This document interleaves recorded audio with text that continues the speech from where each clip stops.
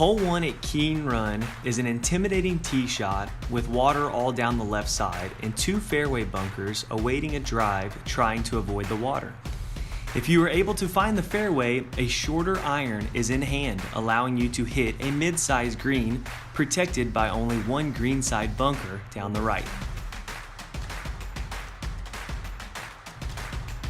Hole 2 is the first par 5, which presents another tough tee shot.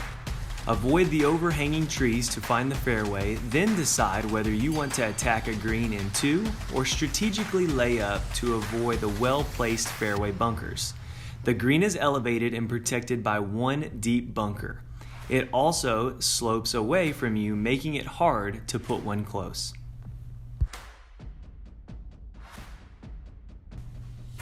Hole 3 is the hardest par 4 on the front 9. If you can avoid the fairway bunkers off the tee, you have a chance to get this one close. Watch out, the green slopes from front to back and is protected by 2 bunkers, and long of the green could mean going OB. Hole 4. This Biarritz is a little shorter than most, but has all the defining qualities. The long green, deep swale, and narrow bunkers on both the left and the right side. One unique aspect of Keene Run's Biarritz is that the middle swale is pinnable. Pin position is key on this par 3. If you find the wrong portion of the green, it could mean a tough 2-putt. Hole 5. Ease off the gas pedal here with driver, as a driver could run through the fairway. A medium-length par 4 with a strategic tee shot needed to give you a good look at the dog-leg second shot. An uphill approach to a green guarded by deep bunker left and sloping from back to front can make par on this hole tough.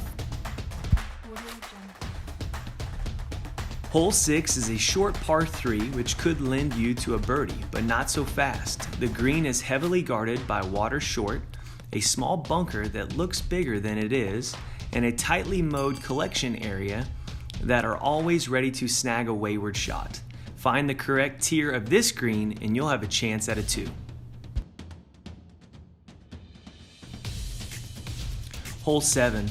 A large tree gives you an idea of where to aim on this blind tee shot.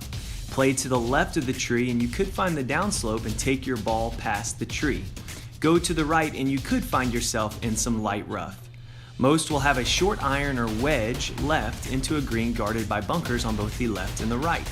Find the green and you shouldn't have too much trouble at par. Hole 8 is the second par 5 on the front 9. An accurate tee shot is needed on this medium-length par 5. Going right could lead to a second shot having to hit from some thick rough or even the tall grass. The long hitters may be able to get home in 2, but be aware. It is a blind approach into a small green protected by a bunker on the right side. Most lay up to 50 to 100 yards. Stick it close and you could steal a 4.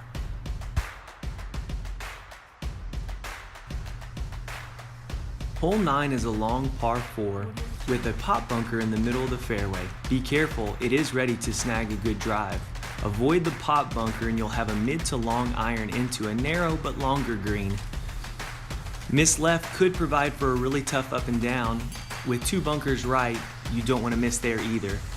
A long green here with multiple pin placements make this for a tough challenge. Hole 10 doesn't get much easier than this as you make the turn. If you can avoid the fairway bunkers on the 10th, you'll have a mid to short iron into a green that is deceptively big and well protected by bunkers. If the pin is in the back, take at least 1 more club to ensure you get to the middle of the green. Take a par and move on.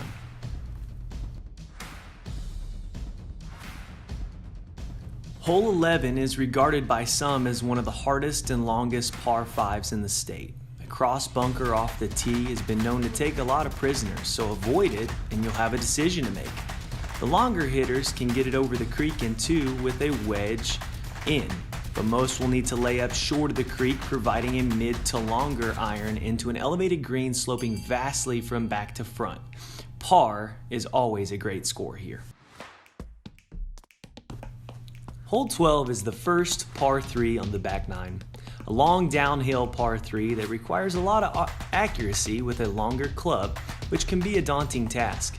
The green is very large and is sloped from back to front, and if you can miss the deep bunkering on either side, you might be able to escape here with a 3. Hole 13, a short and fun par 4. Longer hitters can hit it out there, catch the downslope with leaving them just a wedge in. Others need to favor the right side of the fairway to give them a proper angle into the smaller green. Avoiding the creek in the front and the bunkering on the left, you might be able to sneak a 3 on the scorecard here. Hole 14 is a beast of a par 4, but the prevailing wind usually plays downwind, which helps. You must avoid the cross bunker down the left to have a fighting chance at finding this green. With a ravine that runs down the right side of the fairway, an accurate tee shot is crucial here. Most are left with a good drive with a mid-iron into the green, which angles and slopes towards you. A collection area in the front right portion is a nice spot for an easy up and down if needed. Hole 15 is the second par 3 on the back nine. It is a medium length par 3 guarded by water and small bunkers.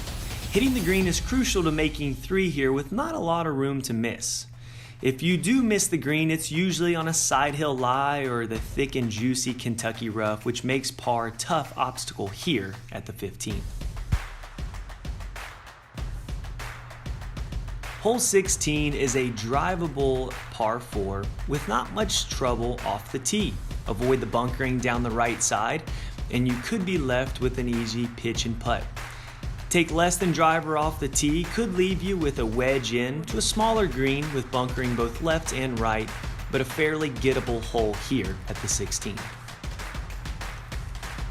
Hole 17, the last par 5 on the back nine, is long but reachable in 2 by the longer hitters, but be aware it is perhaps the smallest green on the course, and water in front loves to catch a miss-hit fairway wood. Be careful with the 2 trees guarding the right side of the fairway into the rough. Play it as a 3-shot hole, and you could be looking at a mid-iron over the water. Birdies are tough, but possible here.